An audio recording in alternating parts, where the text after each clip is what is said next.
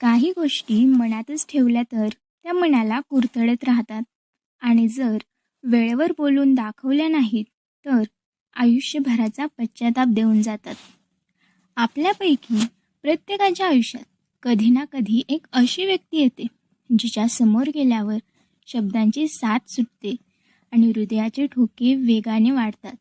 नेमकी हीच भावना घेऊन आज आपण एका अनोख्या सफारीवर निघालोय. नमस्कार मित्रांनो, तुम्ही ऐकत आहात आर ऑन अ मिशन आणि आजची आपली विशेष कथा आहे तिला कसं सांगू ती मला आवडते. ही गोष्ट आहे वेदांची. वेदांत स्वभावाने अत्यंत शांत, हुशार, पण मुलींच्या बाबतीत प्रचंड लाजाळू मुलगा. कॉलेज संपवून एका मोठ्या IT फर्ममध्ये लागून त्याला 6 महिने झाले होते. ऑफिसच्या नवीन वातावरणात तो स्वतःला सावरून घेत होता आणि त्याच वेळी त्याच्या आयुष्यात तिची एंट्री झाली. तिचं नाव होतं अनघा. अनघा वेदांच्या अगदी विरुद्ध होती. चुलबुली, बोलकी, चेहऱ्यावर सतत हसू असलेली आणि संपूर्ण ऑफिसची लाडकी. योगायोगाने अनघाला वेदांच्याच टीममध्ये जागा मिळाली आणि तिचे डेस्क वेदांच्या अगदी समोर आले. वेदांत रोज सकाळी ऑफिसला यायचा, तो फक्त अनघाला पाहण्यासाठी. ती जेव्हा हसायची तेव्हा तिच्या गालावर पडणारी खळी पाहून वेदांचा पूर्ण दिवस आनंदात जायचा. ती ऑफिसमध्ये नसली की त्याला चुकल्यासारखं व्हायचं. पण अडचण एकच होती, वेदांतला अनघाशी साधं हाय किंवा बाय म्हणतानाही घाम फुटायचा. तो रोज रात्री आरशासमोर उभा राहून प्रॅक्टिस करायचा की उद्या ऑफिसमध्ये गेल्यावर तो तिच्याशी काय बोलणार. पण दुसऱ्या दिवशी अनघासमोर आली की त्याचे शब्द घशातच अडकायचे. दिवस जात होते आणि वेदांचं प्रेम एकतर्फीच वाढत होतं.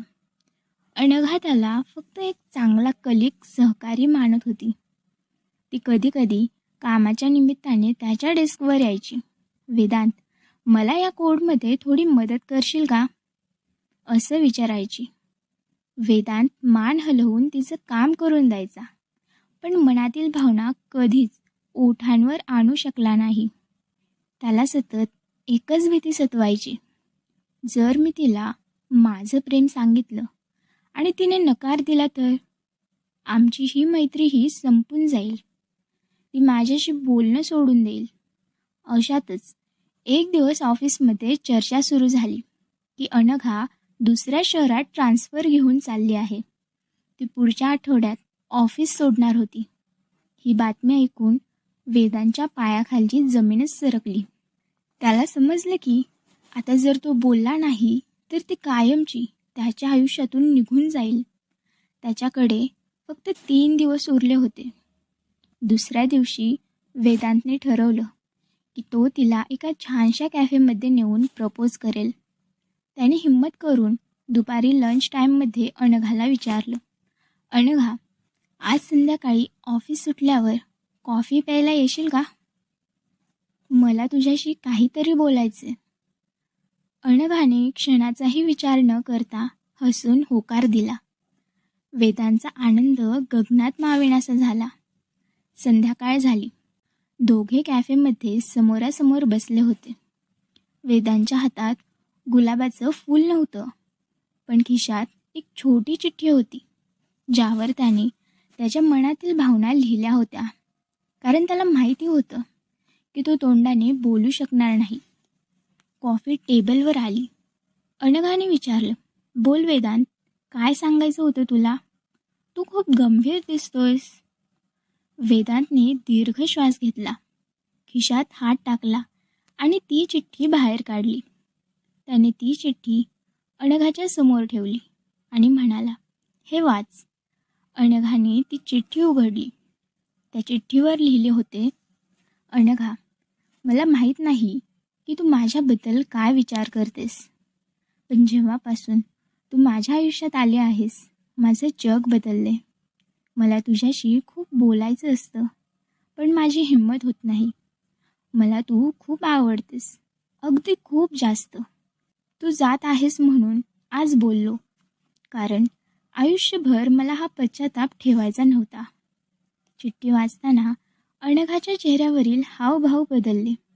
ती शांत झाली. वेदांचे डोळे जमिनीकडे झुकले होते. त्याच्या हृदयाचे ठोके त्याला स्वतःला ऐकू येत होते. तो नकाराची वाट पाहत होता. पण अचानक अनघाने हळूच हसून वेदांचा हात हातात घेतला. तिने चिठ्ठी बाजूला ठेवली आणि म्हणाली, वेदांत, तू किती वेडा आहेस रे. रोज सकाळी मी ऑफिसमध्ये आल्यावर तू चोरून माझ्याकडे बघायचास. हे मला आधीपासून माहीत होतं. जेव्हा मी तुझ्या डेस्कवर यायची तेव्हा तुझे हात थरथरायचे. हेही मी नोटीस केलं होतं. मी वाट पाहत होते की तू कधी स्वतःहून माझ्याशी बोलशील. आणि हो, मी ट्रान्सफर कॅन्सल केली आहे. मी कुठेच जात नाही आहे. वेदांतने आश्चर्याने तिच्याकडे पाहिले. अनघाने पुढे विचारले, पण जर मी खरंच चालली असती तर तू मला थांबवलं असतं का? वेदांत हसला. त्याच्या डोळ्यात आनंदाश्रू होते. शेवटी त्याच्या लाजाळू मनाचा विजय झाला होता. तर मित्रांनो, प्रेमात कधी कधी लाजाळूपणा बाजूला ठेवून व्यक्त व्हावं लागतं. कारण समोरची व्यक्ती कदाचित तुमच्याच एका शब्दाची वाट पाहत असते. तुम्हाला वेदांत आणि अनघाची ही गोड लव्ह स्टोरी कशी वाटली? जर तुमच्या आयुष्यातही अशीच एखादी व्यक्ती असेल जिच्यासमोर तुमची बोलती बंद होते, तर तिचं नाव कमेंट बॉक्समध्ये लिहायला विसरू नका. अशाच मनाला स्पर्श करणाऱ्या आणि वास्तववादी कथा ऐकण्यासाठी तुमच्या आवडत्या आर ऑन अ मिशन चॅनलला आत्ताच सबस्क्राईब करा. स्वतःची काळजी घ्या, व्यक्त होत राहा, कारण आयुष्य खूप सुंदर आहे. पुन्हा भेटूया अशाच एका नवीन मिशनवर, फक्त आणि फक्त आर ऑन अ मिशनवर.